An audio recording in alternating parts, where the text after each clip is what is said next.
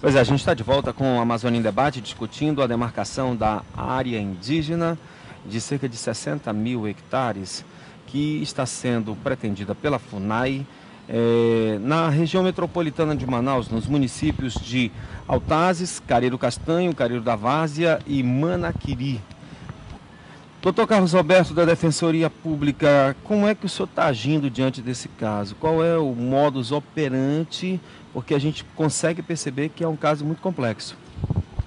Bom, é importante ressaltar que a atuação, o foco da Defensoria Pública é distinto do foco da atuação do Estado do Amazonas. Inclusive, o colega procurador irá esclarecer esse foco.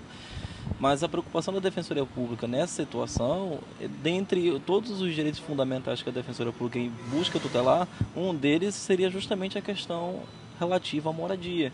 E o direito à moradia que é protegido constitucionalmente e é defendido institucionalmente pela Defensoria Pública, não pode ser sobrepujado sem que determinados procedimentos sejam observados, entre eles o próprio contraditório.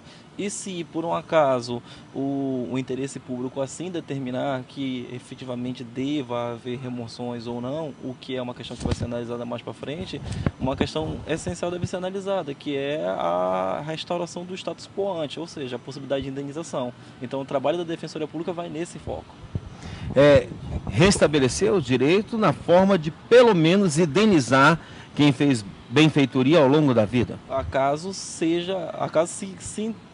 identifique que a solução final acabe sendo a remoção. Então a Defensoria Pública não pode deixar com que o hipossuficiente, o assistido, e nessa área nós temos diversas pessoas que são pequenos produtores, que são foco de atenção da Defensoria Pública, possam ter seus direitos defenestrados sem que o mínimo do contraditório seja envidado.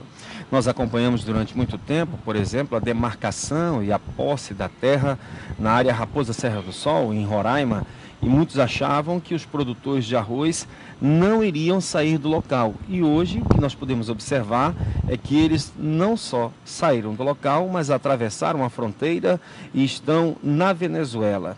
Doutor Vitor Cipriano, o senhor acredita que essa questão que nós temos aqui, vizinha à cidade de Manaus, ela pode ser um passo para outras áreas a serem demarcadas no estado do Amazonas, a gente abrir um precedente para termos aqui aquilo que aconteceu em Roraima? Na verdade, Elias, esse precedente ele já está aberto porque existem hoje em curso mais de 20, quase 30 áreas sendo demarcadas pela FUNAI dentro do estado do Amazonas. Então isso é uma preocupação real que nós temos, né?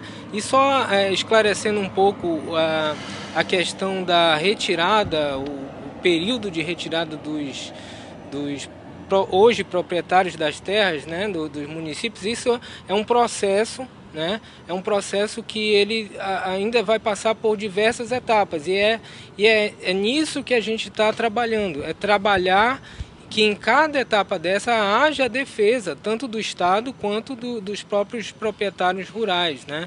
Porque nós entramos com as contestações agora no fim de novembro e a FUNAI tem 60 dias para dar o resultado, né? E depois desse resultado o processo ele segue para o Ministério da Justiça, que aprova essas conclusões da FUNAI e encaminha para a Presidência da República para que seja realmente homologado via decreto. Então nós ainda temos aí diversos passos, né, a serem seguidos.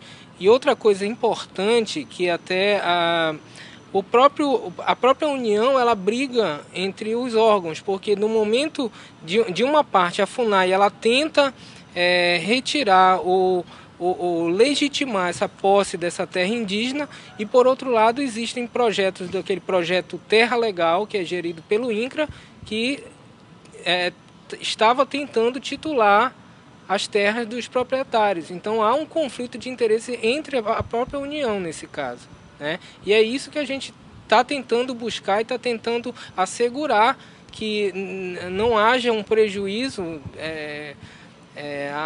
aos proprietários e nem ao estado do Amazonas, né? O Terra Legal, ele já tinha quantas famílias no alvo nessa área da demarcação? Eu não sei lhe precisar exatamente o número de famílias, porque é um convênio, na verdade é um convênio entre o Estado, né, entre o Estado do Amazonas, que estava sendo tocado pela Secretaria de Política Fundiária, e o INCRA, né, mas eu não sei precisar quantas famílias exatamente estavam, mas como é um projeto muito grande, acredito que é de um número relevante. Doutor, o Estado do Amazonas, ele tomou conhecimento de como a FUNAI originou a legitimidade para a demarcação dessa terra indígena? Como disse aqui o Jonatas, os Mura perderam a sua língua, ou seja, o seu idioma no fim do século passado, não é isso?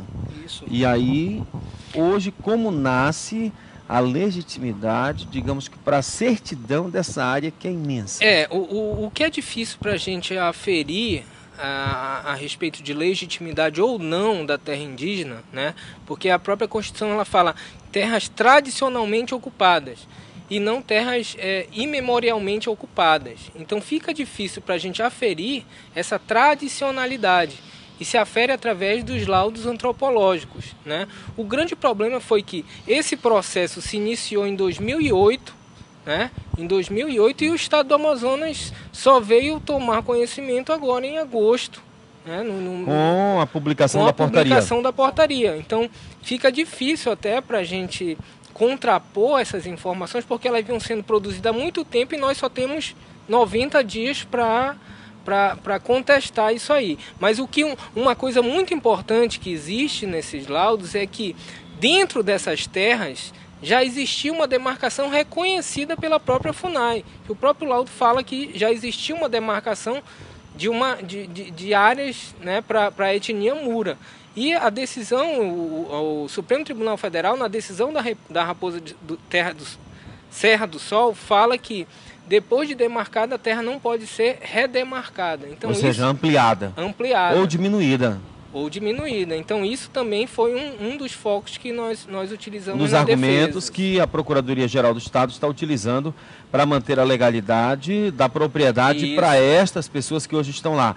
No entendimento do governo do Estado, o dono primário das terras é o governo do Estado? Porque o Jonas apresentou aqui um título de terra que o ITEAM deu a ele, portanto o Estado não teria como dar um título definitivo se ele não se julgasse proprietário da terra. Na verdade, nós estamos até conversando antes a maior gleba que existe dentro dessas áreas que estão sendo demarcadas é a gleba Alto Asmirim, de propriedade do Estado, né? Só que aí nós vamos enfrentar um problema constitucional que a própria Constituição, no parágrafo 6º do artigo 231, fala que do momento que é demarcado, a área ela é reconhecida como terra indígena, todos os títulos eles se tornam nulos, inclusive os títulos do Estado, passando a propriedade ser da União. Então isso é um imperativo constitucional, né? E nós, infelizmente, a gente não pode ir contra essa posição da Carta Magna. Então, né? A Constituição diz que o título que ele tem na mão passou a ser letra morta. Pode vir a ser letra morta. Pode vir se tornar nulo. A gente vai agora, eu vi que o assunto é polêmico e mexe muito com a identidade de cada um e com o futuro das famílias, não é verdade? Eu tenho aqui o caso da dona Lúcia e do Jonatas, que tem famílias na área e que realmente hoje estão, como diz o caboclo aqui da região, se transformaram em canoa sem quilha, não tem rumo. Daqui a pouco, depois do intervalo, a gente volta.